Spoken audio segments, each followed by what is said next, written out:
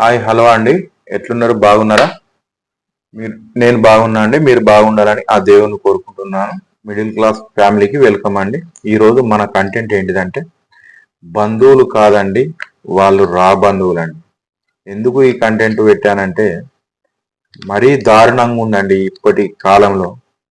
ఒకప్పటి కాలంలో ఏదన్నా ఆపది సంపద వచ్చినా కానీ నలుగురు ఐదుగురు జమై బంధువులు వానికి ఏ కష్టం వచ్చినా కానీ వాన్ని మొత్తానికి ఆ కష్టాల నుంచి బయటపడేసే ప్లాన్ చేసేదండి. ఒకప్పుడు ఏంటంటే మా చిన్న వయసులో ఒకరి ఇల్లు కాలిపోయిందండి మా వాళ్ళకి. కాలిపోతే అప్పుడు అందరూ ఊరు ఊరు మొత్తం ఒక 100 మంది ఉంటాం, 100 మంది అందరం పోయి, అప్పుడు బోర్లే కదా, ఈ బోర్లు కాదు కదా, కరెంటు బోర్లు కాదు కదా, మామూలు చేతి బోర్లే. ఆ ఇంటి బోర్లతో నీళ్లు కొట్టుకుంటా మళ్ళా ఎవరి ఇళ్ళల్లో కుండలే అప్పుడు అన్ని మనిషికి 10-15 కుండలు ఉంటాయి నీళ్లు నింపి ఎప్పుడైనా. అన్ని కుండలు అన్ని పట్టుకొచ్చి పోసిండన్ని. అప్పుడు మనకు ఫైర్ ఇంజన్ రావాలంటే ఎట్లేదన్నా 40-50 కిలోమీటర్ల దూరాన్ని ఉండేది మనకు ఫైర్ ఇంజన్లు. అవి వచ్చే వరకు ఇల్లు కాలిపోయి మొత్తం కుప్ప కుప్ప అయ్యేది. అట్లా మంటలు లేచినా గాని నీళ్లు పోసుకుంటా కుండలతో పోసుకుంటా మీదికి ఇల్లు ఎక్కి మరీ పోసిండండి అప్పుడు పెద్దవాళ్ళు. ఎంత ఘోరం అంటే ఆ పరిస్థితి ఘోరం అండి. అయిన తర్వాత వాళ్ళకు ఏమి లేకుండా అంత కష్టపడి ఇల్లు ప్రయత్నించినా కానీ బట్ట ఏది లేకుండా అన్ని కాలిపోయినాయండి పాపం. కాలిపోతే తెల్లారి తినడానికి కూడా వాళ్ళకి ఎలాంటి బియ్యం గింజ కూడా లేదు ఇంట్లో. గంజులు అన్ని ఖరాబ్ అయిపోయినాయి. అప్పుడు ఏం చేసింది తెలుసా? అందరు కలిసి అప్పుడు మంచిగా కలిసి కట్టుకుండే అండి. ఇప్పట్లా కాదు. ఇప్పుడు వాడు పక్కోడు నాశనం అయితే అబ్బా సూపర్ నాశనం అయిందని ఇప్పుడు నవ్వుకునే కాలం. కానీ అప్పుడు అట్లా కాదు. అదే పక్కోనికి ఆపత వచ్చిందని వాళ్ళందరూ ఏం చేసింది తెలుసా? వాడకు వాడ మనిషికి పోయిందని బియ్యం, ఇంత పప్పు, నూనె, ఉప్పు, కారం, ఒకడు గంజు, ఒకడు గ్లాసు, గంటెలు, ఇన్నని బట్టలు, మనిషికి ఇన్నన్ని తీసుకొచ్చి పెట్టి వాళ్ళ వంట చేసుకోవడానికి సామాన్ ఇచ్చి మళ్ళా తర్వాత ఇల్లు కట్టుకోవడానికి మనిషికో దూలం, ఒకడు ఆసం, ఒకడు మొగురం, ఒకడు పెంకలు, ఒకడు బండలు, మనిషికి ఒక వస్తువు తీసుకొచ్చి ఒకరు సిమెంట్కో ఇన్ని డబ్బులు జమ చేసి అన్ని వస్తువులు కచరాలు ఉండేది అప్పుడు. ఎడ్లు కచరాలతోనే అన్ని చేరగొట్టేది. కొంతమంది అడవికి పోయి నన్ను కట్టెలు నరకచ్చి సెట్ చేసి ఒక 2 రోజులలో వాళ్ళకి ఇల్లే కట్టిందండి. అది ఎంత హైలైట్ అప్పటి కాలంలో. అది ఆ కాలం రాదండి, ఆ రోజులు రాదు.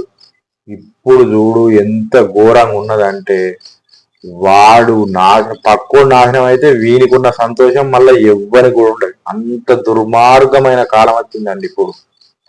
మామూలు దుర్మార్గం కాదు, చండాలంగా అయిపోయింది. ఎలా ఉంటదంటే ఇప్పటి పరిస్థితి అప్పటికి ఇప్పటికి తేడా చూడండి ఎట్లుంటదంటే, అదే మన దగ్గర డబ్బున్నప్పుడు ఎంతమంది చుట్టాలైనా బంధువులైనా ఎంత మర్యాదలు ఉంటాయంటే, మనం కలిసినప్పుడు మర్యాదలే ఉంటాయి, వాళ్ళ ఇంటికి పోయినప్పుడు మర్యాదలే ఉంటాయి. నువ్వు తోపురా, నువ్వు తోపు మేడం, సార్ మంచిగున్నారా, అంత మంచిగున్నారా, ఇది మంచిగున్నారా, ఇంట్లో పక్కోళ్ళు కూడా బంధువులు కూడా మంచిగున్నారా అక్క, మంచిగున్నారు. మందలియనోళ్ళు కూడా వచ్చి దగ్గరికి వచ్చి మరి మందలిస్తారని డబ్బున్నప్పుడు మాత్రమే. అదే డబ్బు లేకుంటే ఎట్లుంటుందో చూడండి ఇప్పుడు. కనీసం మనిషికి ఇట్లా రోడ్డు పొంట అత్తా అంటే కూడా ఈ అమ్మ వీడు ఎందుకు వస్తానరా బాబు, ఈ అవ్వ వీడు వస్తే మళ్ళీ 10-20 అడుగుతాడు అని పక్క పొంట వెళ్ళిపోయే కాలం వచ్చిందని కనబడకుండా. ఏదైనా ఫోన్ చేసి ఏదైనా యోగక్షేమాలు అడుగుదామన్నా నాకు వీడెందుకు ఫోన్ చేస్తాను, వీడు పైసల కోసం ఫోన్లు కూడా ఎత్తకుండా కడిగేస్తానండి. మళ్ళీ ఇంకా కొంతమంది ఎట్లుంటారంటే బంధువులు మనతో మంచిగా నవ్వుకుంటూ హీ అని మంచిగా మందలిస్తారు, మంచిగా మాట్లాడతారు. అట్లున్నదా ఇట్లున్నదా అని అంటే మనం బాధలు ఉండి ఆపదలు ఉంటాం కదా, ఆపదలున్నప్పుడు మనం ఏం చేస్తాం? మన బాధ అంతా చెప్పుకుంటే ఏదైనా తగ్గిపోతుందని, ఏదైనా సాయం చేస్తారనో ఏదో ఒక రకంగా మన బాధ అయితే చెప్పుకోగలుగుతాం. వాళ్ళు చెప్పుకున్నప్పుడు వాళ్ళు ఏం చేస్తారు? నవ్వుకుంటా వాళ్ళు అట్లనా ఇట్లనా అని అనుకుంటే మనమేమనుకుంటాం? అయ్యో మనోళ్ళు కదా, మన బంధువులు కదా అని మనం చెప్పుకొని మనం తప్పుతాం. వాళ్ళు పక్కకొంటి పోయి ఎంత మంచిగా నవ్వుకుంటారు అంటే ఘోరంగా నవ్వుకుంటారు. మంచి పని అయింది, మంచిగా అయింది, అట్లా అయింది ఇట్లా అయిందని ఘోరంగా ఉంటదండి. మరీ అధ్వానమైన లైఫ్లు వచ్చినాయండి ఇప్పుడు. ఇంత ఘోరం ఎందుకు పాడైందో ఏమో ఏం కూడా అర్థం అవుతలేదు. పైసా ఇయ్యాలు ఉంటాయి, రేపు పోతాయండి. అది ఎప్పటికీ ఎవ్వరి దగ్గర ఒక్క దగ్గర ఉండే శాశ్వతంగా. పేదోడు అయితే బతుకుతలేడా, సాదోడు బతుకుతలేడా? అట్నే ఆడేదో కష్టపడి పని చేసుకుంటాడు. ఇవాళ లాస్ అయినంత మాత్రాన వాడికి రేపు ఏదైనా లైఫ్ వస్తుంది కావచ్చు, వాడిని టర్న్ అవుతుంది కావచ్చు జీవితం. వాడిని ఎందుకు అంత ఇదిగా చూస్తారు వాని కుటుంబాన్ని? మరీ అంత ఘోరంగా ఉండొద్దండి పక్షవాతం. ఇక ఒక్కొక్కరైతే ఇక సూటిపోటి మాటలతో మనసును ఎట్లంటే మహా ఘోరంగా కూర్చిపడేస్తారండి. ఈ అమ్మాయి లైఫ్ ఎందుకురా బాబు అన్నట్టు ఇది చేస్తారండి. వాళ్ళు ఘోరంగా ఇక చనిపోయే పరిస్థితి తీసుకొస్తారు కొంతమంది. అట్లా కొంతమంది ఉంటారు, ఇట్లా కొంతమంది ఉంటారు. మీరు సహాయం చేయకపోయినా మంచిదే కానీ కనీసం ఓ సలహా అయ్యండి. ఉచిత సలహాలు ఇస్తారు కదా, అలాంటి సలహా అయ్యండి. లేకుంటే మూసుకొని సపరేట్గా నన్ను ఉండండి. కానీ నూతుల పడ్డ మీద ఇంకో రాయేసి ఆ నటే దొబ్బకండి. ఎందుకంటే మూసుకొని సపరేట్గా ఉండండి. ఆ డబ్బుతోనే మనం శాశ్వతంగా ఉండలేం కదా. మనము పుట్టినప్పుడు ఇట్లా కట్టుబట్టలతో వచ్చినామో రేపు చనిపోయినాక కూడా అదే ఏ కట్టుబట్టలు లేకుండానే అట్నే పోతామండి. అట్నే కాలేసి అందులో వారేస్తారు. నీ డబ్బు రాదు, ఏది రాదు, ఎలాంటిది కూడా రాదు. మంచితనం వస్తారే ఇది చనిపోయిందంటే ఇలా మంచోడు ఉండరా పలానోడని అనుకునేటట్టు చూడాలి. కానీ పక్కుని మీద నిందలు వేసుకుంటా ఏదన్నా ఆపది సంపద వస్తే కనీసం చెప్తే మనిషిని ఇట్లా తీసాట అవతల వారెత్తారండి ఘోరంగా. అంతే, లేకుంటే సపరేట్ ఉండండి. ఎందుకు అంత ఇది చేస్తారు పాపం వాళ్ళను కూడా. అట్లా చేసుడు తప్పు కదా. వాళ్ళు ఒక హీన స్థితిలో ఉన్నారు. వాళ్ళని మనం కనీసం నువ్వు సాయం చేయకున్నా కానీ వాళ్ళకు కొంచెం మోటివేషన్ లాగా చెప్పి ఎందుకు మేము ఉన్నాం అది అని అన్నా కానీ వాళ్ళు అరే మనకు అండ ఉన్నది కదా అన్న ఆసరా ఉంటది కదా. వాళ్ళని ఇంకా మరి లోపలికి దొక్కే ప్రయత్నం మనం చేయద్దు ఎప్పుడు. ఆ దేవుడు మనకు కూడా ఏదో ఒక రోజు ఇట్లా చేసే వాళ్లకు చెప్తున్నాను, వాళ్ళకు కూడా ఒక రోజు ఏదో ఒక దరిద్రం మాదుట్టుకుంటది. ఎందుకంటే ఒకప్పుడు ఏంటంటే యుగాలు పట్టేదట. రామాయణం కాలం, మహాభారతం కాలం అప్పుడు యుగాలు నడిచేది. ఇప్పుడు అట్లా కాదు, ఇది కలికాలం. అవు మా అంటే నెల రోజులు, 2 నెలలు, 3 నెలలు, సంవత్సరం లోపే అలాంటి దరిద్రం చుట్టుకుంటుంది. వీళ్ళని ఎన్నెన్నరో వాళ్ళ పరిస్థితి కూడా అట్నే ఉంటాను. ఇప్పుడు అట్లున్నదండి. ఇయాటి రోజు రేపు ఉంటలేదు కదా, మారిపోతుంది కాలం. అప్పటిదప్పుడే మారిపోతుంది.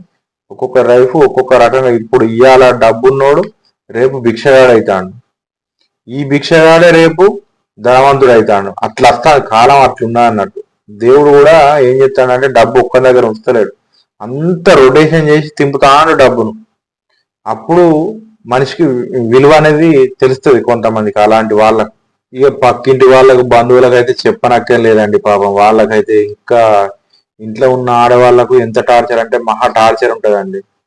ఏంటంటే మంచిగానే మాట్లాడినట్టు కూర్చుని మాట్లాడతారు, చేస్తారు. అయ్యో నీ భర్తకి ఇట్లనా, ఇది కట్టనా, అది కట్టనా, నీ పిల్లలు చదువులకు పోతలేరు, అయ్యో ఇంటనే ఉంటారు, బడికి పోతలేరు, కాలేజీకి పోతలేరు, డబ్బులు లేవు, అది లేదు కానీ సూటి పోటి మాటలతో వాళ్ళు ఇష్టం వచ్చినట్టు మాట్లాడుకుంటా వీళ్ళని ఇంకా హేళననే చేస్తారు అంటారు అన్నట్టు. పాపం వీళ్ళు ఇంట్లో ఆడవాళ్ళు వీళ్ళు ఏం చేయలేక వీళ్ళు వాళ్ళ ఘోరం అండి వాళ్ళ పరిస్థితి. ఏం అనలేక ఏం చేయలేక వాళ్ళు ఎంత బాధపడతారంటే వాళ్ళ మనసులో మహాఘోరమైన బాధ ఉంటుందండి.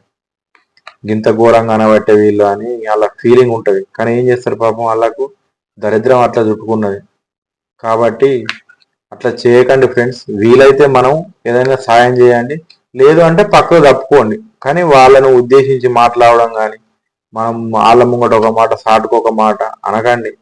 అంటే వాళ్ళకు కూడా కొంచెం ఏదైనా మాటిన వాడి తప్ప ఇంత మంచి బంధువులు గిట్లా మాట్లాడిందన్నా బాధ, చాలా బాధ ఉంటుంది. అబ్బా ఇంట్లో మేము ఈ రోజు పేదవారం అయినంత మాత్రాన మేము మనుషులం కాలేకపోయినా ఇంత అధ్వానం మాట్లాడుతాను అని చాలా బాధ ఉంటుంది. మీరు పెట్టకున్నా మంచిగా కానీ అలాంటి పనులు చేయకండి ఫ్రెండ్స్. ప్లీజ్ ఈ వీడియో మీకు నచ్చినట్టయితే లైక్ అండ్ షేర్, సబ్స్క్రైబ్ చేసుకోండి ఫ్రెండ్స్. బాయ్, జై హింద్.